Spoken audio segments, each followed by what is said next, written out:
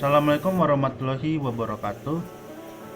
Perkenalkan, kami dari kelompok 1 ingin mempresentasikan tugas besar UAS dari mata kuliah interaksi manusia dengan komputer dengan analisis UI UX terhadap website sistem Siakat Universitas Widyatama. Kelompok 1 terdiri dari saya sendiri, Arif Saputra, rekan saya Gilang Kurniawan, dan Purnama Jaya Menrova. Analisis sistem. Hasil dari analisis sistem Siakat ditemukan 4 permasalahan yang terdiri dari: yang pertama yaitu tampilan halaman login, yang kedua adalah tampilan halaman dashboard, yang ketiga tampilan halaman form rancangan studi, dan yang keempat adalah tampilan halaman tugas akhir. Pada problem 1 akan saya serahkan kepada rekan saya, Jaya.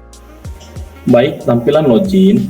Pada tampilan sebelum dianalisa pada halaman login, menampilkan inputan username dan password dengan informasi cukup kompleks, tetapi terkesan biasa saja dengan efek background yang sederhana.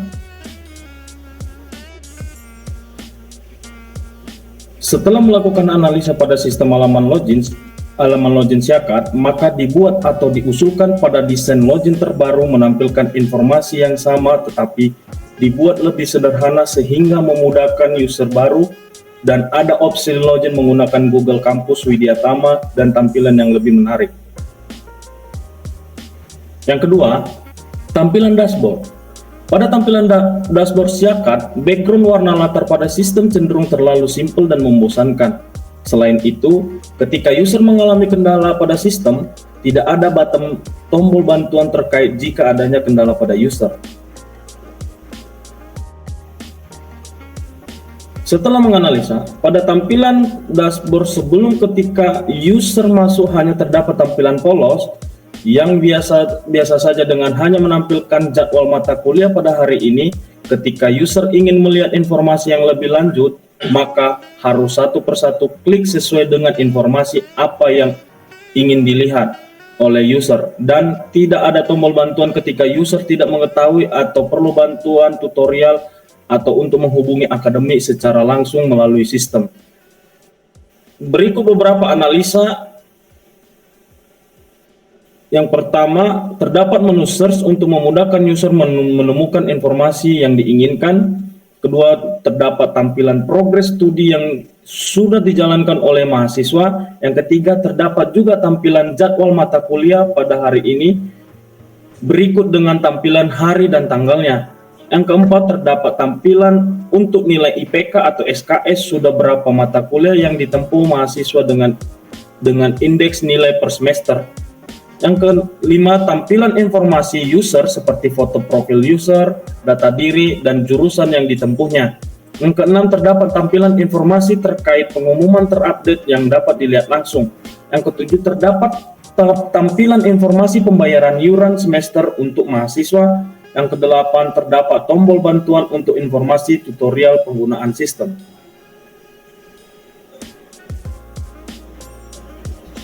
Tampilan halaman form rancangan studi.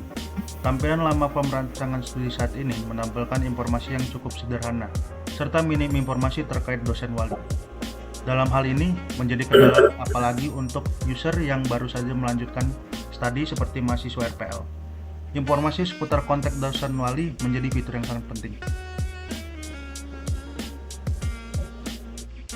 Selain itu, chat langsung dengan dosen wali melalui sistem Siakat menjadi fitur yang sangat dibutuhkan untuk mahasiswa RPL yang memiliki keterbatasan waktu atau bimbingan langsung di kampus.